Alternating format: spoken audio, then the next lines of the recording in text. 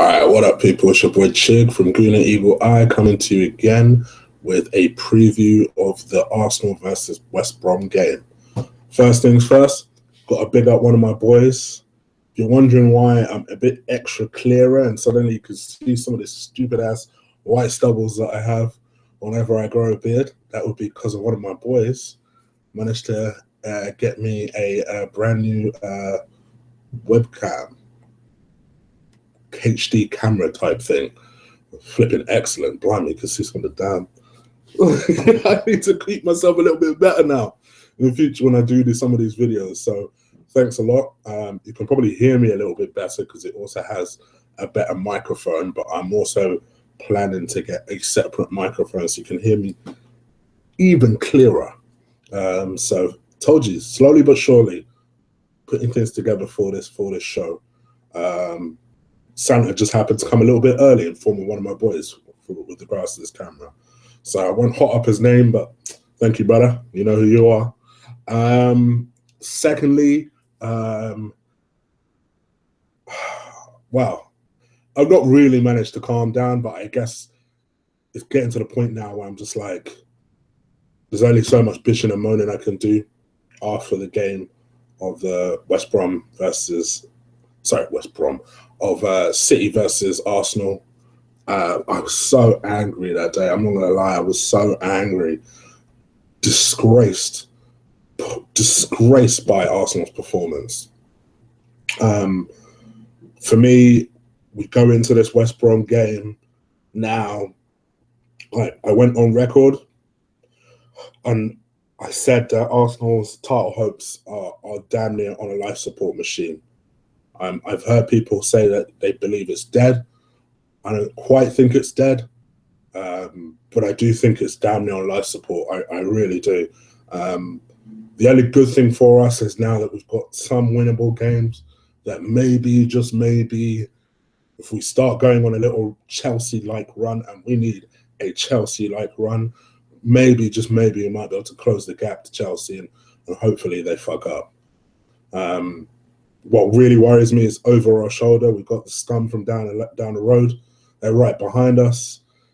We've even got flipping Jose's idiots behind them, just literally just behind them. And we've been taking a piss out of them all season. So I really, really need us to go on a decent run ahead of Christmas. This is the present I want Santa to give me as an Arsenal fan, to give you as an Arsenal fan. And I guess it'll be like a bag of coal for any of you non-Arsenal fans that are watching this. So I really need this to happen. We need to win, and our big players need to turn up. For me, this game, everybody is under the microscope, not just Wenger, but every single one of the players. And that is a lot of the reason why I'd completely changed the lineup of this team. I wouldn't be fucking around. I've heard suggestions that Czech should be changed for this game. I can completely understand those suggestions. I stick with Czech. He does have this horrible, horrible habit of getting beaten as near post, and his kicking is wildly off these days for some reason. But given an opportunity to redeem himself, it was his first real mistake in some time. I'm just a little bit worried that all his mistakes seem to be at his near post. So that is a bit of a concern. But yeah, I would still stick with Czech. Right back, I think you've got to go with Hector. Koscielny, obviously, in the middle. And me personally, this is the type of game you start a Rob Holding in. Gabriel, for me, has not been up to it. I thought he had a terrible game against Everton. I don't think he was particularly any better against City. And I personally, I'd play Holding. I think Holding could stand up to it. I think going against the likes of Rondon and Matty Phillips, who are on form. West Brom are a team on form, mind you. They are 8th. They're not even that far behind us, really. So it will be a useful test for him, but a useful test at home. Hopefully the crowd once participate and get behind him, get behind these players, and hopefully Holding will be part of that setup. Plus, we need to start learning this guy. We need to start learning him. We need to really build him up and and make sure he knows his craft. And I think this could be a useful test for him. So I start Rob Holding here. I told you guys in my last preview I would have started Gibbs. I was justified after the last couple of games as to why I still start Gibbs. I think you tell Monreal to sit down, and I think you start Gibbs in this game all day long. And I'll be immensely disappointed if Monreal starts on left back. I don't know what's happened to him, but he's fallen off a cliff. He's turned 30, and with it has fallen off a cliff. I'd start Gibbs all day long, every day in this game. Although I don't think Xhaka had a great game against City, I'd still start him in this game simply because El Nene can't do his job.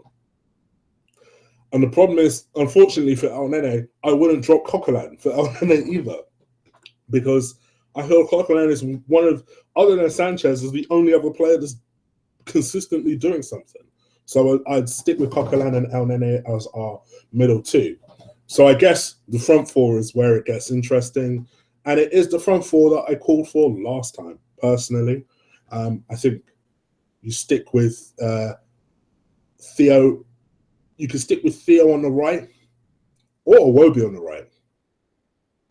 Let's go with Theo. He has been on form for a majority of this season. So I'll go with Theo on the right. Please let Perez start on the left. I called for this shit last time. Admittedly, I called for Perez to start on the right last time because he got his hat trick from the right-hand side.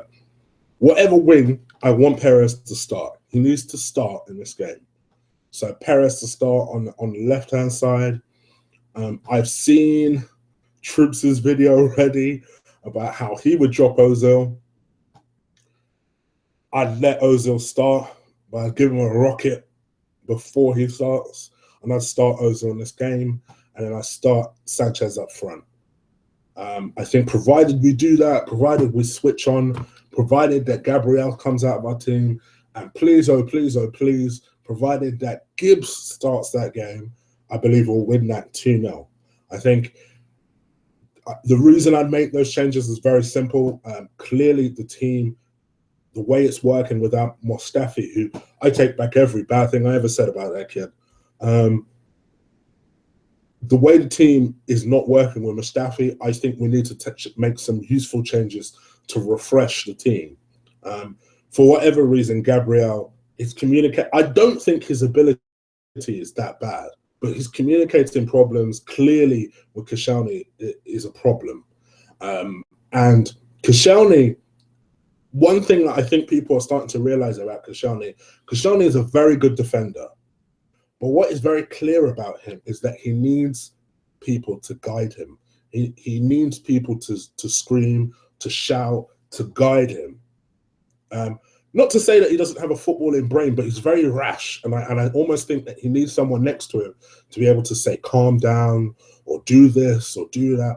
I realize that's why him and Mertesacker worked so well for so long, because Mertesacker was very, very vocal when it came to Koscielny. Similarly with Mustafi. Mustafi is very, very vocal when he sits alongside Koscielny.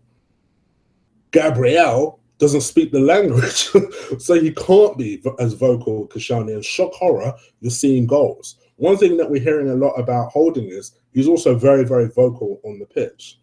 Stick him alongside Koscielny. I think that would be a fabulous partnership. I really do. And I just think if two very fast, very mobile, very capable defenders can play alongside each other, we might be able to stop leaking stupid goals. So that's why I've refreshed that part of the defense. Similarly, and also the energy factor, which is also what I'm going to mention about the left back. I play Gibbs at left back because for whatever reason, Monreal, I don't know what's happening to him. And I feel like playing him until he gets back into form is not what we need. We're a team who are trying to play for the title. So while Monreal is doing his thing, you've got to play Gibbs. You just have to play Gibbs in this game. He's been playing well. He's faster. He's more capable. I still don't think he's a great reader of the game, but at least he can recover, unlike Monreal. So I would play Gibbs as left back. I'd put Perez in because I think the one thing that Perez is very good at, and I've said it before on this channel, and I got a lot of love for it because I think people understand. Unfortunately, when we go through a game and there's a lot of frustration and Sanchez is not getting the ball like he wants to, he will naturally drop deep, which is why you're hearing a lot of people suggest that maybe Sanchez is number 10. I don't necessarily agree with that. I think when Sanchez does that, you want someone like a Perez, who is a very intelligent footballer, to be able to find space and make up that striking spot. Theo, for me, does not do that enough. So you need someone like a Perez to go up there and make the numbers, particularly when we need a goal. It's harsh on Giroud. It is harsh on Giroud because Giroud typically does well against West Brom. We do have a great record against West Brom. I believe we won 8 in the last 12 visits against West Brom. Generally, we don't lose 3 games back to back, but West Brom are flying at the moment. And what really worries me about playing Gibbs, going back to the Gibbs thing, is that I think if you don't play Gibbs and you play Monreal, and someone like Phillips will have a field day against Monreal. So I personally would go with Gibbs, and I'd personally go with Perez, and obviously you go with Sanchez up front. That would be the team I go with. Sorry, I know I rabbited on a little bit towards the end. My prediction, provided we go with this, we should win 2-0. And hopefully, Wenger, please, just make the subs when we need to. Play this team, and I promise it will win. I promise it will win. All right. I'm out of it, people. Let's just hope Arsenal win, because my gosh, I can't. My heart, you can see I'm already growing white hair from stress and watching Arsenal. But my heart cannot take another moment of this bullshit. Anyway, I'm out there. Peace.